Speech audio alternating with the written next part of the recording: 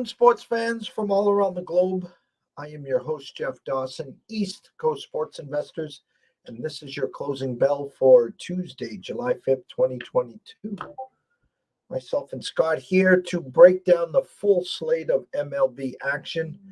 All the games on the board except Seattle and San Diego, which we talked about thoroughly earlier on the breakfast bankroll this morning. Currently 0-0 bottom of the second. I do want to note this, that once we got off the show and earlier today, it looked like San Diego was slowly getting steamed. And I talked to a few people about it. I almost want to call it the pros versus Joes, meaning from the eye test, from all the metrics and everything, it definitely, I think the sharper side was Seattle today. You were able to get them probably around 115, 118 on the good side. Padres losing 4-0 on 4-1 on Monday night, but the public was definitely on San Diego. I saw a 63-37 split, and the line, like I said, got up to as high as 130, 131, 132 at Westgate right now. So it'll be interesting to see how that game pans out. But I did some onion peeling and ECSI VIPs. Be ready, because I think I'm going to take a swing tonight on, again, I haven't cracked Da Vinci's Code, but I have a way for us to get in on plus money all across the board where we're going to go today. Not have to worry about bullpens, not have to worry about errors. Actually, bullpens and errors will be in our favor, because I think we're going to go full-blown team totals tonight, and also one over that I am eyeing as well. So without further ado, let's bring him in from the Palm Tree State himself, the one and only Mr. Scott E. Webb. Afternoon, Scott. Hey, Jeff. That Seattle game is a little interesting right now. Bases are loaded with nobody out for San Diego. And then you get a force out, ground out from Ostanola, gets the guy out at the plate. Next guy up, he flies out. They don't tag. The next guy up, fly out to center field. So bases loaded, nobody out, and they didn't score, which is good news for me because I'm on Seattle, for God's sake. Good news for my Gilbert future too, as well. And that's been the Padres' fault.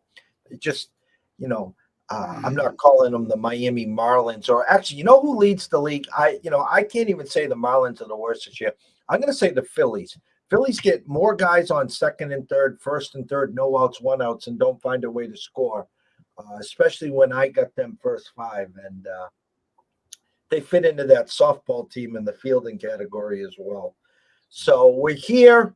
We've had since this morning, about 4, 5, 6 hours to digest what we've talked about.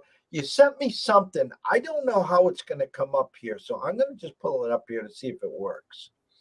Let's see if it works, if we can see it. Yeah, I don't know. So I just thought it's going to be a perfect way to explain certain things I've been talking about. Let's see if we can blow it up. That's as big as I can get it. But you can go ahead and talk away. How's that? Well, that graphic will still show a little bit here. So one of the games we talked about earlier today, we talked about St. Louis playing Atlanta. And we talked about the fact that Anderson has not been that good for Atlanta, and Palente, I don't think anybody knows how good he's been. He's been really good. So when I did my lines came out. I think I told everybody this morning. Let me go back and just verify what my number was. My number on that game was minus 118 for Atlanta, and the number was minus 138. And I think it's crept up into the 140s now, isn't it? Somewhere in there. Yeah, 140. It's just 145 at Westgate and 150 at William Hill right now. Well, this graphic that I'm going to show you here, you can see the little blue and the red in there, which is exactly what you need to be able to see. Now, obviously, based off of the screen size, you might not be able to see what the players' names are and so forth that are there. But those are the starting lineups for each team, and those are the batters for each team.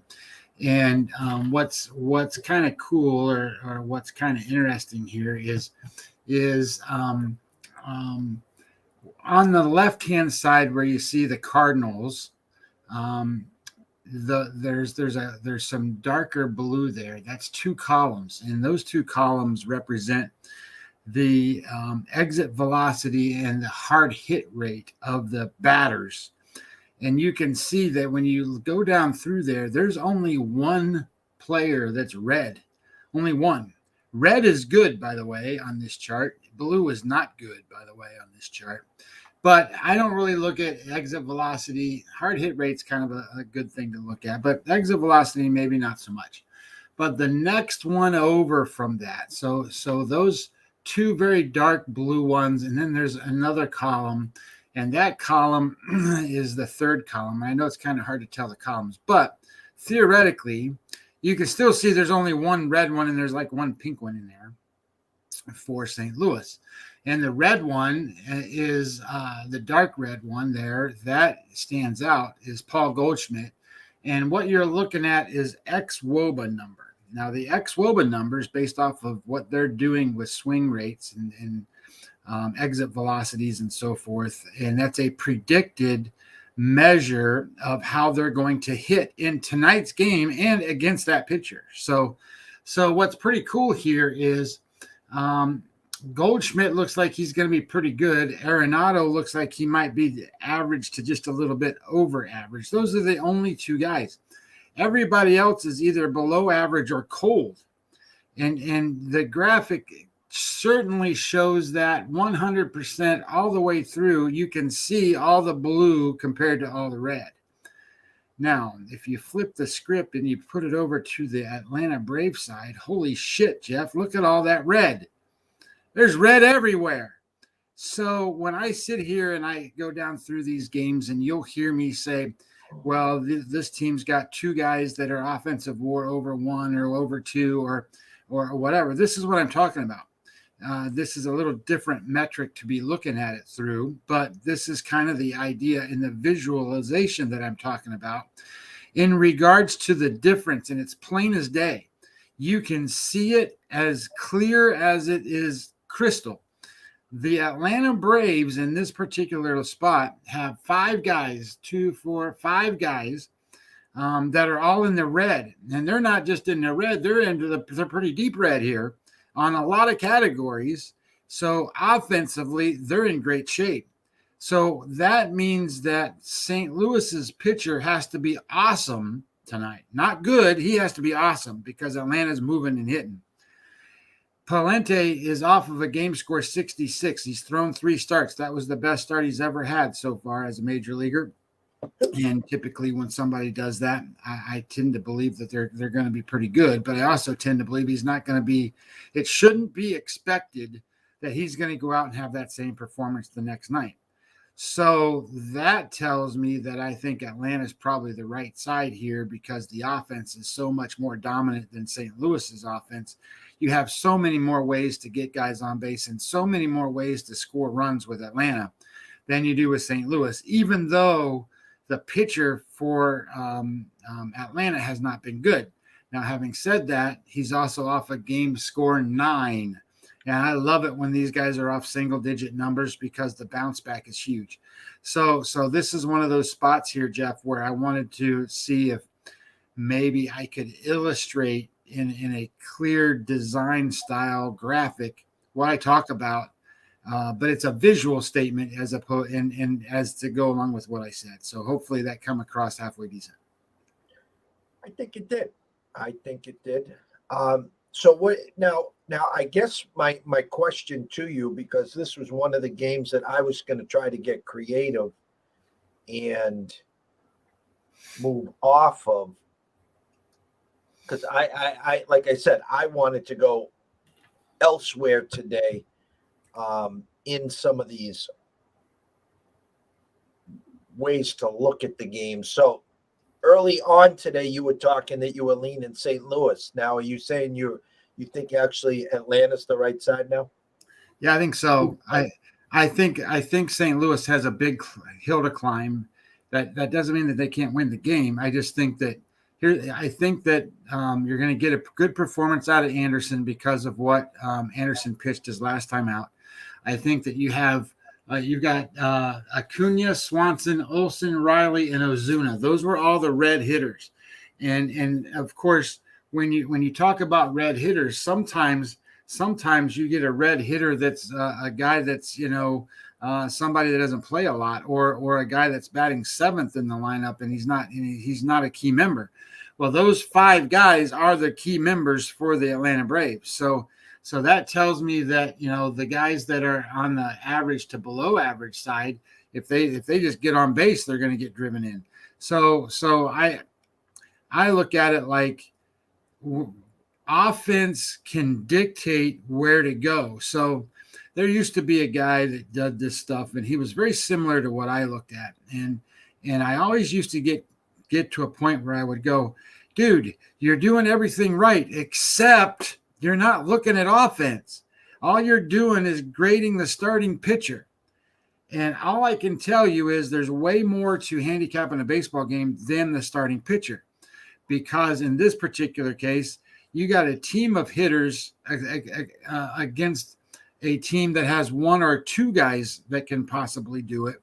And you have a pitcher who's ripe for progression on the Atlanta side, and a pitcher who's ripe for regression on the St. Louis side. So I tend to think that this is a game that if you're going to try to find a way for St. Louis to get in there, they're going to have to get on by a walk or 2, and they're going to have to hit a home run, and they get 3 runs or a big inning that way, which can happen. This shit's baseball, so it can happen. But I think Atlanta is the right way to go. When I was leaning with St. Louis. Well, it was funny because I want to say here on Wager Talk that it was a 10 on the under over. And if you look at the team totals for the night, Atlanta 4.5 over minus 150. Now that 150 price is too steep for me. Now I was thinking about getting creative and again, taking the plus side where you could get St. Louis over 4.5. You'd have them around plus 110. But that total has now gone from 10 to 9.5 as well here. I'm not spending 150 on Atlanta to get to, you could try to take Atlanta right now minus 150, or you can get creative, do minus a half run first 5, minus 1.5 full game, or you could take their team total and once you get to 5, it doesn't matter who wins. Or initially this morning, taking the plus side on St. Louis. By looking at your chart, though, you're trying to tell me basically in a nutshell that even though it's plus money, that you think the Anderson coming off a 9 is probably not going to give up 5 runs today or more. Yeah, I don't think he will. And the matchup looks that way. I mean, look at this St. Louis hitters. Blue is not good. And that kind of generic color is also not good, or not qualified in terms of the number of at-bats and so forth. So I look at it and sit here and go, man, you got a pretty big edge for the Braves here. And, they've got 2 guys, William Contreras and Michael Harris, who are the bottom 2 or not necessarily, but on that graphic, they are in the bottom 3. And he's a 373 ex-WOBA for Contreras and a 342 for Michael Harris. And those 2 guys, if they had enough qualified at-bats, would be red as well. So that lengthens that lineup even further where you got Gorman for St. Louis that would qualify in that same words, and that's it. So I think that you just have way more opportunity with men on base, way more opportunity to drive in runs if you're the Braves tonight. But that so can teams like that lose? Absolutely. But they have to go up against a pitcher that's dominant with dominant stuff. You're looking for a guy that's in double-digit strikeout range and a whip rate of under 1. And what we're looking at with Palante here, his strikeout rate is 3.79. I'm sorry, his strikeout rate is 4.50, and his his whip rate's 1.13. So I don't think you have that dominant pitcher that's going to at least get swings and misses, right? You remember that term that we use, CSW? That's called strikes plus whiffs. And Palante's number is 23%. That number is one of the lowest ones on the board today, which means his stuff is not that great in terms of swing and miss and strikeouts. That means he's going to be really reliant on balls in play to be hit towards the batters. So a guy like Kopech, and I'm sorry, say let's use we can use Kopech, or we can use let's use the highest one on the board today is 32. So 32 is Garcia in Houston. He's got a strikeout rate of 11.76 per 9 innings and a swing and miss plus strikeout rate of 32.1. That means his stuff is good enough that they swing and they miss. And his strikeout rate is high enough that 32% of the swings are going to be poor, and they're not good. So that only leaves them 68% of the pitches or swings to be good. So that limits what they can do right there. So you've got to, when you're playing an offense that's really on, I don't want to call them on all cylinders yet because they're not the number one offense in baseball as of this week, but they are hitting, and you need a pitcher that shuts that down. And to shut that down, you're going to need a guy that's in a spot where they can, get the swings and misses and gets the outs. By the way, Seattle hit a home run, so we're ahead 1-0. And Juan Soto is out for the Nationals. I'm hearing day to day. I don't know if he will be put on he's probably like them kids out there needs a mental health day, dude. No, he came up lame yesterday, so it'll be interesting to see how that happens. So, all right, so let's move on. The board is yours. You talked about it at length earlier today. So what are you seeing now for tonight? Well, that Seattle game we already talked about. I'm on it, so there's no point in talking about it now. They can't get in on that game. I skipped over the Scherzer Lodolo game, and guys, just to let you know, there's one thing I like to do, and when guys start the season and they start pitching, and then they go on the disabled list or the injured list, whatever. Then they come back off of the injured list. The first couple starts, I bet against them. I stay betting against them until they get a win.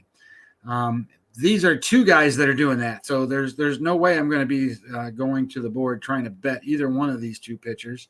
But you certainly have a big edge when you have Scherzer on the mound. I don't care if he's coming off a disabled list or not. But these guys have to be ramped up and ready to go. And the Mets are going to go down a big run here. And I think that they're going to try to hold off Atlanta. They need these guys in there. So tonight's not necessarily a big test for Scherzer, but at the same time, you can't support him here. And I don't think you can support Lodolo either because he's coming off of that. And he's supposed to be one of their young rookie, really good guys, but he's really not been. So I like to skip that game altogether. They haven't pitched in over 30 days in the big league, so staying away. Los Angeles Angels, Miami. I told everybody I was on Miami in that game, but I told you that I thought you could get a better number. I'm on 137. I don't know. What's the number now? 145, something like that? I know. Yeah, 145, 146 at the square book at Caesars now 160. And I talked after the show, and I'm just going to say this. I would have respected Miami a lot more if this number should have. And I was asking you, why didn't they open this at 150? They opened it at 130 in my eyes for one reason and one reason only, to attract the Marlins. To attract the Marlins money with Alcantara, who has just been phenomenal. Noah Syndergaard, who's been Jekyll and Hyde. An Angels offense that has been anemic. And, they did it the other way. They went the 130, and now they're getting all the Marlins money that they want. Well, I can just say this much, the way you and I do these games are so different. And in a football matchup, I like to understand where the line is and why it's out there.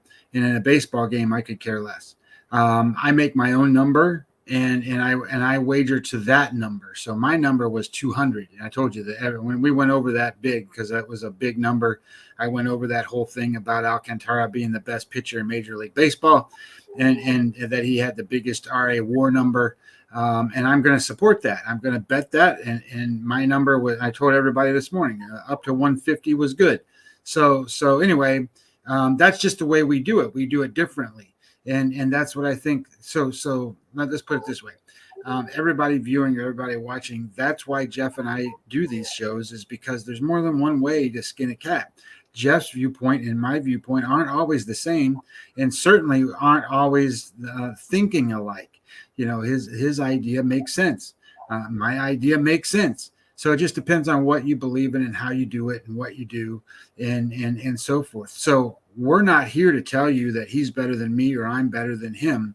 That what we're here to do is present options. And when you make your selections, you make your selections based on what you feel is the right way to go.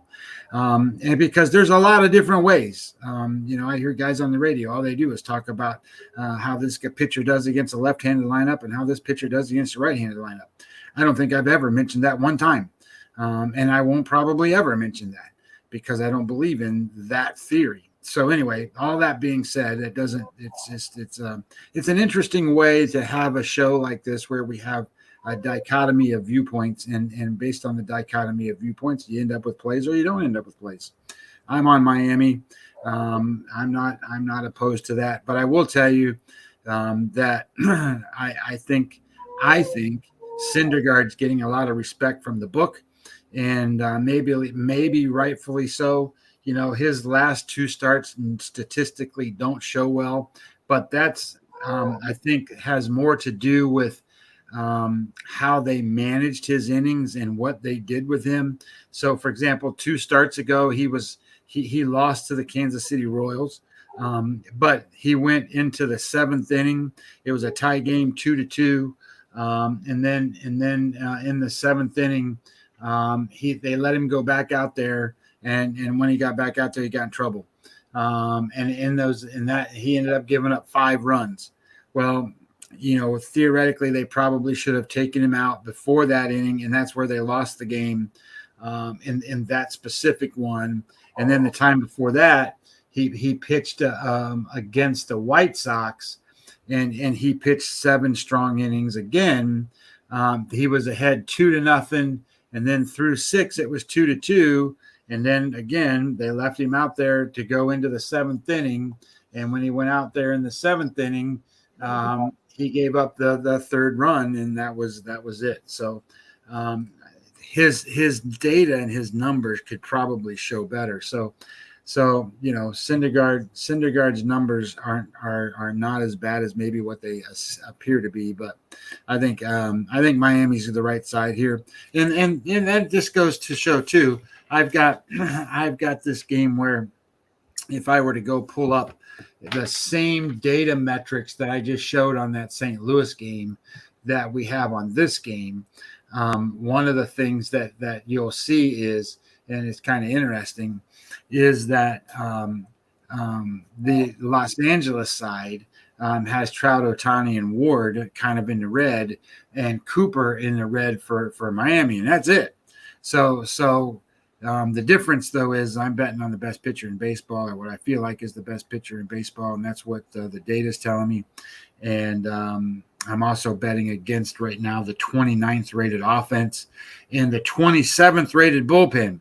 So I expect this to be a relatively close game, and I expect once they get Syndergaard out of the game, we'll be in good shape. Plus, there's the other edge that Miami has seen Syndergaard 8 million times because he was a Met. So there's familiarity there. Moving on. This Howard and Voth game, Texas and Baltimore. I don't know how you would ever play this game unless you're going to play it on the overside. Howard gives up runs after runs after runs. He's not very good at all. And I don't mean that in a disrespectful way. I just mean that in the sense that everything that you look at with him, factual wise, is bad. He's made in his last 7 starts, which goes back. This goes back to August. This goes back to August of 21 or of last year. He's pitched 19 innings. He gave up 29 hits and 29 runs. I don't think that's very good. You give up a run an inning. His earned run average in that time is 12.32. His game score is a 36. It's just every time he goes, he's only pitched one start this year. It was against Toronto. He pitched 3 innings, gave up 6 hits and 6 runs. He gives up 6, 8, 4, 6, 5. It just gives up runs after runs after runs. So I think that totals like 10 or 10 and a half or something. So you're going to need Baltimore to hit. And Voth has been halfway decent as an opener. Then that's what his role is as an opener. And then you're going to have a bulk guy, and then you're going to have the bullpen come in. So it just depends on kind of how you want to look at it. I decided that I didn't want to go either way with it, so I stayed off of it. I stayed off of the line. I stayed off of the number. I stayed off of all of it. But I guess theoretically, maybe you got a little value in Baltimore and maybe a little value in the over there. That Espino game with Sanchez for the Philadelphia game, isn't that the one where there's some weather? Washington and the Nationals, the Phillies. That game's blowing out, wind's blowing out at like 11 miles an hour straight out to dead center field. That doesn't necessarily mean a whole lot. It should help the Phillies more than it helps the Nationals. But at the same time, when you go back and you look at the Phillies pitcher, the Phillies pitcher is a relief pitcher. He's only made one start this year. He pitched 2.2 innings, gave up 2 hits, 2 runs. Last year, he made one start. He pitched 1/3 of an inning, gave up 3 hits and 4 runs. So he's not been very good when he's on the mound. Of course, he's left-handed, and the Nationals are 11-19 against left-handed pitchers. So it's kind of one of those spots where you sit here and go, this is, you're going to bet on the Phillies, but when betting on the Phillies, you're betting on an unknown on the mound. So as you go and you bet on the unknown on the mound, the reality comes in and says, okay, I don't know where I'm going to go with this or how this is going to happen. So I think there's better opportunities, better things to find out there than that. So I skipped that one. The Yankees game with Taillon and Quintana. This is Taillon's return back to New York. Back to Pittsburgh. In terms of metrics, he's been he's better than Quintana is, but over the last 30 days, his numbers haven't been great. He's had a couple of games where he's been beat up a little bit. And one thing that I thought was really interesting is that he's in his last 5 games. So this is the last 30 days. He pitched 25 innings and he gave up 38 hits. That's a lot of damn hits in five games in 25 innings. So I'm not going to support him tonight, even though I think he's ready to bounce back and have a good pitching performance. His numbers indicate that he should. He has off a game score 48. Quintana's off a 66. The Yankees hit left-handed pitching pretty well. I think they're 4th in Major League Baseball hitting left-handed pitching now. But I'm going to stay off it. I did play this one, Jeff. I talked about it earlier today and trying to find a way to play it. This is Cleveland and Detroit, and this is Quantrill and Hutchison. Hutchinson's another one of those guys that I don't know why he's still in the league. I know that at one point when he was with Toronto, he was an up-and-comer and was going to be great, but he never panned out to be. And to be honest, he's been very, very poor. And how poor? Well, he's pitched 27 2/3 innings in his last start since 2018. He's given up 36 hits and 24 runs. That's not good. 6.18 earned run average. And I think he's in bad shape when he pitches against Cleveland. And of course, these are relatively current numbers, but a game score 35 against the Guardians. So I'm expecting him to get hit. Now, the Guardians don't hit much. They're the number 30th ranked offense, so it's kind of hard to be betting on the 30th ranked offense. But I looked at it where I just need one run, right? I need a half a run if I play the first five. So I'm betting against Hutchinson, and I'm betting against him so much so that I think that the Guardians win maybe 2-0, maybe it's 2-1, maybe it's 3-2, maybe it's whatever in the first 5 innings. But I think they're going to cover that half a run, and that's only minus 115. And when I looked at numbers wise, Quantrill's off a game score 53, Hutchinson's off a game score 41. He's at a game score 42 for the year. He's got a 6.6 xFIP and a 6.56 Sierra number. He only strikes out 2.8% of the guys, 2 batters per 9 innings, and he walks double that. So he's going to put guys on base, and the batting average against him is 265 and a 1.50 whip rate. So he's putting guys on base.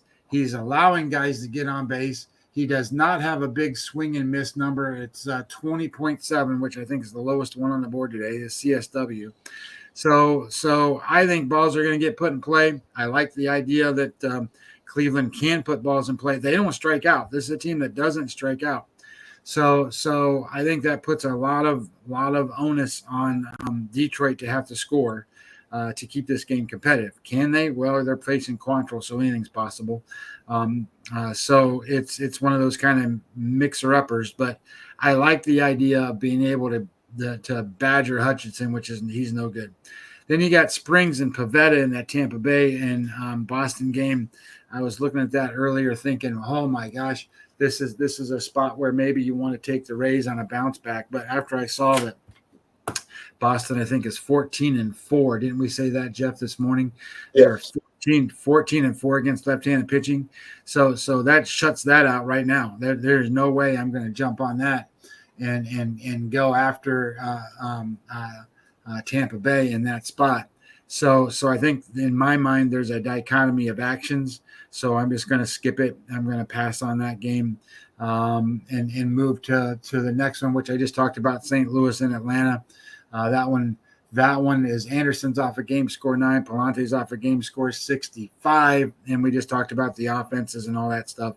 So in retrospect, I think if my way I was thinking, the only way I would go is Atlanta. Greinke and Garcia, I think you only can play Houston here. Now, I saw somebody, and maybe this is the right way to do it. I don't know. I guess it depends on your sports book or whatever. But one of the things that Fangraphs does, and this is where I get a lot of my data from, I don't utilize a lot of their other data that's there, but one of the things they do is there's a win probability today. And there's a certain way to get that number. And in theory, so for example, the win probability in St. Louis and Atlanta's game, the win probability for Palente today is 0.25. And the win probability for for Anderson is 0.38. That's a pretty big discrepancy. 0.38 and 0.25. I mean, if you divided it out and between the two of them, you would see that there's a pretty big winning percentage there for Atlanta. But the number one on the board today was Garcia, 0.52. Now, what they're doing is they're showing that he has a 0.52 chance of actually getting the win. And that's really what this is about, is getting the win as the pitcher of record. And the other guy getting their number. And for Greinke, it's below that number. As a matter of fact, it's below 20. It's at 18.18. So it's the biggest discrepancy on the board. And I saw somebody somewhere put out a line that said you could bet on Garcia to get the win. And his number that he got on that was like minus 112 or minus 115 or something. And if you're betting that, maybe that makes this a game that you want to get involved in that regards. Otherwise, you're going to pay an arm and a leg on the run line, and you're going to then have to try to figure out if they can actually score a whole bunch of runs to cover a team total and all that thing. So I guess I guess maybe that's a FanDuel or DraftKings kind of prop bet someplace. I didn't go track it down, but that might be something worth looking into if you wanted to go that route. Then this White Sox and Minnesota game, we had change in pitchers. Archer was the pitcher this morning, and now we have Winder as the pitcher. And what's interesting here is when it comes to projected WAR and projected number, which is what I use to help make out my lines, you actually have a lesser pitcher in Winder than you did in Archer. So this number should stretch. And I don't think it stretched a whole lot. I think this morning it was minus 128, 130, something like that. And I think it's now, 130, 135, something in that neighborhood for the White Sox.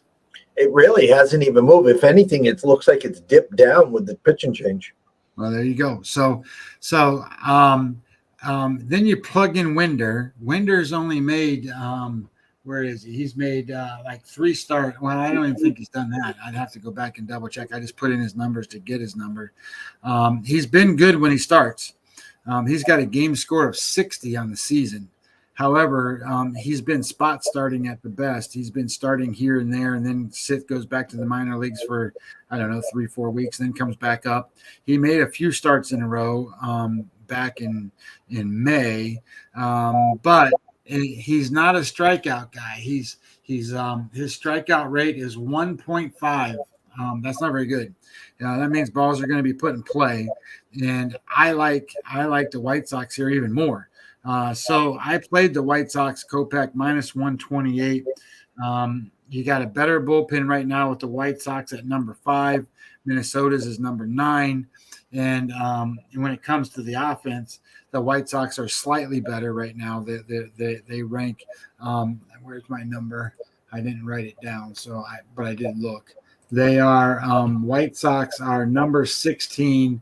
And Minnesota's number 22. Not much discrepancy, but you got a plus number for the White Sox, and you got a minus number for Minnesota. So I think that you sit here and go, Kopech is also pitched against Minnesota slightly enough that he has enough at-bats that you can get a good number of the ex-WOBA against him, and it's 176. That's the lowest of all pitchers pitching today. So that means that it shouldn't be expected that Minnesota is going to hit him. So I like the idea that Kopech has a good bounce back here today, and minus 128 I think was a good number. Hendricks and Alexander. This is one of those where you bet Hendricks when he's on good streaks. I think Hendricks is on a good streak. So that means you bet on him, except I don't like him against Milwaukee. He's pitched against Milwaukee a lot. He's got pretty good numbers against Milwaukee in terms of where I thought he'd be. His ex-WOBA number's 335, which is about average. But he has not done – he pitched a game score 39.7 against Milwaukee this year. So I think Milwaukee hits him. Milwaukee's still hitting. Chicago's hitting. These are number 1 and number 2 offenses. So that looks like an over kind of number to me. So you're getting 9, and I think an over there would probably be something worth looking into. San Francisco and Arizona. I'm all over San Francisco, except I don't want to pay any of the prices, so I skipped it. So if you can figure out how to play that one, be all in on San Francisco. Kikuchi and Oakland. Again, this is one of those spots where there's no way you're going to get me to bet on Oakland, but Kikuchi's given up more home runs than he has innings in the last, 5 games he's pitched. Go ahead. Our buddy SoCal DGen posted this earlier. The MLB trend, the Athletics are 0-12 on the run line this season when at home, coming off a win. Yeah, I just think that they haven't hardly won any games, so it doesn't surprise me that they'd be in that spot. Kikuchi's hard to bet on because of how many runs he gives up. Jeff, we talked about it this morning, but let me get my number and I'll tell you exactly what it is. Kikuchi has pitched 5 games and only 16 innings because he keeps getting knocked out. In those 16 innings, he's given up 20 hits, and of those 20 hits, 7 of them are home runs. So almost half of his hits are home runs, and he's walked 12 guys. So it's really hard to support him in that spot. But I will say this: Kikuchi pitched for Seattle. Seattle is a team that plays Oakland all the time. So if anybody's at least seen Oakland or they've seen him, it is what it is when it comes to that. So anyway, I'm going to stay off of it because it's hard to get numbers there. Colorado and the Dodgers just changed pitchers, and I haven't gone in and looked at that one, but I wasn't going to anyway. I just, the Dodgers are the Dodgers, and they should wipe up Colorado here. So anyway, those are what I'm looking at. So I added, everybody knew I was going to play on Miami, but I added Kopech and I added Cleveland first 5 on the run line minus 115. I'm going to just throw some stuff out to anyone watching and listening that cares to take some notes today. I was looking at some plus numbers here on some team totals, some stuff that didn't look right to me. 904 Phillies, 5 and a hook, under 140. You can get the Phillies team total over 5.5 plus 120 at your shops there. That was number 1. I was thinking about getting cute with St. Louis, over 4.5 plus 110. I'm undecided there. Scotty talked about San Francisco. Team total is currently 5.5 under minus 140. Take a look at San Fran's team total over 5.5 plus 120 there. That was number 2. This Cleveland Detroit game, I am not going to pay the tax for Cleveland to go over 4.5. I'm not going to pay the tax of Detroit going over 3.5. I will take over 9 at minus 110. Cleveland and Detroit there. That was 3. And where was the 4th one? One moment here. Let me move this up. There was one other one we were looking at. This is the one I'm going to probably stay away, but Yankees team total 5.5 under 130. You can get them over 5.5 at the plus 110 mark. Our buddy Dave Sharapan and B. Howe were there doing a pilot game on a betting show for the MLB. They'll go live tomorrow. That's the one I'm probably going to stay away. So the games that I would have everyone here take a look at again. Currently, Phillies team total 5.5 over plus 120. San Francisco team total over 5.5 plus 120, and over 9 Cleveland Detroit. You should get that right around minus 110. Closing thoughts, Scott. Well, like we said, there's I liked it that we had some dichotomy of thought today on our games, and the presentation is great. So then it gives the viewer the opportunity to pick and choose what they want. And that's the whole idea, right? I mean, the whole idea is to give you a presentation and say, this is what our thoughts are. Jeff's a pro, I'm a pro, this is what we do. And we just do it different ways. And because of that, you're going to have different thoughts come through the airwaves. And neither one of us are rooting against each other. And we hope that we both win. Somehow it doesn't always work that way where we both win, but it is what it is. So that's the beauty of what we're trying to do with our shows. We're not take it this way and run to the bank, and that's the only way to play. Because to be honest with you, over 30 years of doing this stuff, the truth of the matter is you learn different things you're good at because of the losses that you've gotten beat on the way as to get to where you are today. So you learn how to read the boards. You learn how to understand what these numbers mean to you or what these numbers mean. And to each person, they represent different things. And because they represent different things, they get presented in certain ways. So the listener gets the opportunity to say, hey, this is what I like. This is what I don't like. This is what I want to do, because it's free to listen to this show. We're not charging you anything to listen to this show. So then take your opinions and put them out there, because that's what we're doing. Of course, I'm taking my opinions and I'm running to the window with them. So hoping that they're winning. So as we go along, football's coming. We're going to be doing some football shows as we get going here, and you'll see the same thing. Not obviously in the preseason stuff that we talk about, but as we start doing these things, you'll see me get more involved in what the lines are and where the moves are and the different things. But I use data and I use things that are sabermetric in football too. So we'll see how it all plays out, and I look forward to having everybody around for that too. Do you have a lineup or a spot right now where you can get a potential lineup for righties for Oakland today? What do you mean for righties? Righty, who are their power righties? Not that they have many because they're all gone now.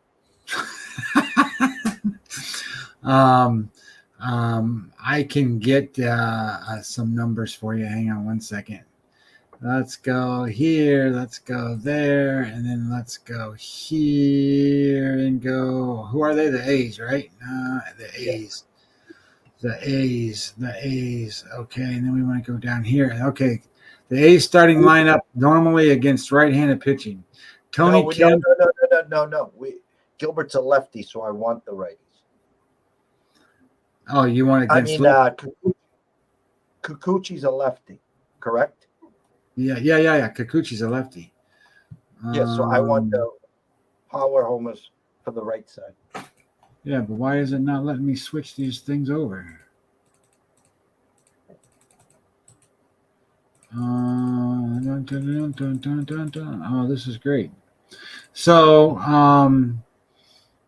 here's what I'm going to tell you. I'm going to tell you that I see.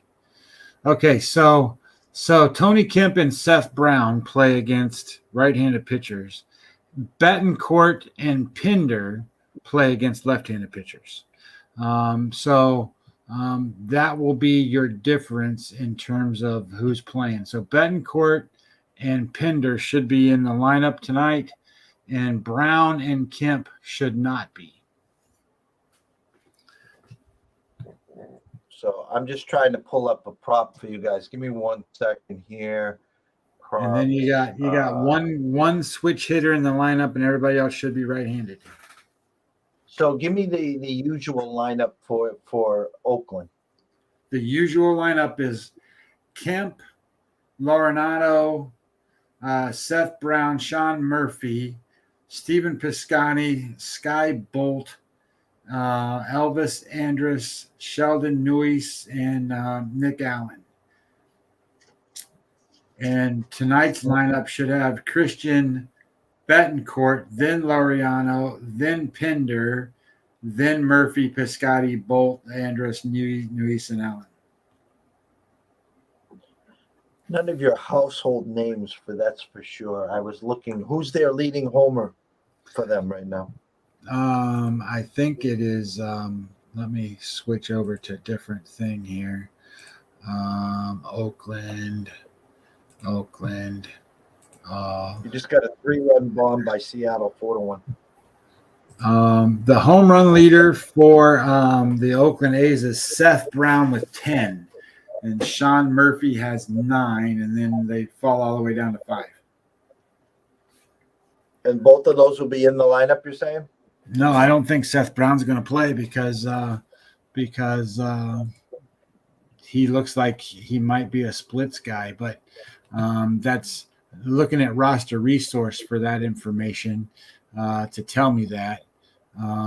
But it looks like he plays. He's batted 266 times, so that doesn't look like to me he's sitting out very much. Where is roster resource? Oakland A's again. And let me see. I just go back to him and see him against left-handed pitchers. How many times does he face them? Batting Oakland full season and player stats and versus left-handed pitchers. There we go. So versus left-handed pitchers. Yeah, Seth Brown. Seth Brown has played 28 games, only batted 41 times against left-handed pitchers, so I assume he's going to sit. All right, well, guys, I'm going to give you two props here. I got it from DraftKings right now. Sean Murphy with a homer plus 500, and I'm going to throw in Liriano if he plays plus 550. Um, the Sky Bolt is at 750. Noose is at 850, but Piscotty's at 650. Actually, I'm going to give you Murphy at 500 and Loriano plus 550 as well. Little pizza and beer money there. As everyone knows that's been with me for a long, long time, this is our 8th full year in these lanes here. We're coming up to the dog days of summer. Anyone that's our loyal listeners or VIPs know we were in a stretch in baseball that was the worst luck ever. So what we've been doing is we've been pretty successful on over and unders of late and on team totals. And what I'm trying to do is, again, last night we got the Astros team total over. I'm looking for some plus money on team totals. That's why I gave you what I gave you. Scotty talked about Kukuch and his struggles to keep the ball in play. As he said, he was from Seattle. They are playing Oakland. Oakland won yesterday. I'm not telling you to run the window and expect Oakland to win, but I think you could get some value at plus 500 with Murphy or plus 550 with Laureano for homers there. I like our two team total overs that I gave everyone a few minutes ago.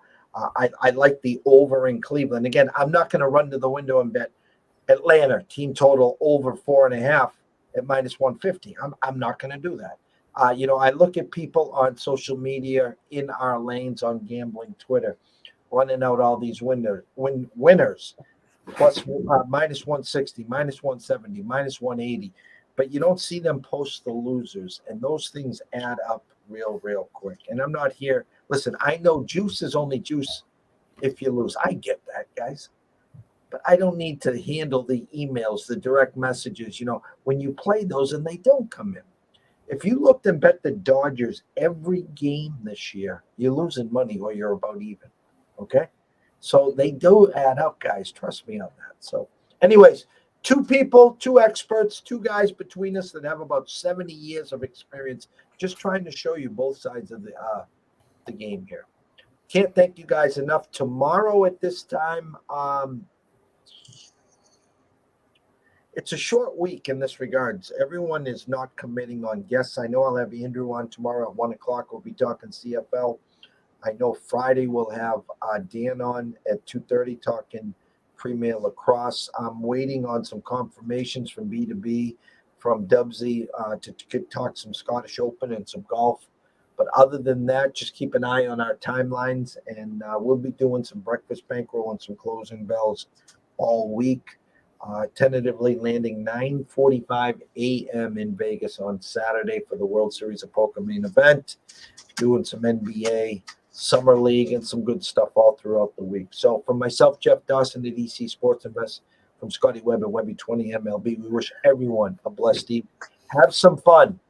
We get 2 more weeks till the All-Star break, and then we'll be cooking up some football. Under overs, some futures, some MVPs. We've already had some guests on with some leans as it starts. So just tighten up that bankroll. Open up a few more accounts if you can, so you can shop around. If we're going over 9 and you get an 8.5, obviously that's great. If you got a 9.5, then you got to decide: are you going to get the tougher number and 10 wins, or is it I'll pay the price and buy the hook deck to 9. So a lot of stuff to talk about. So have a great night. If you need us, come find us. Otherwise, we'll see you bright and early in the morning.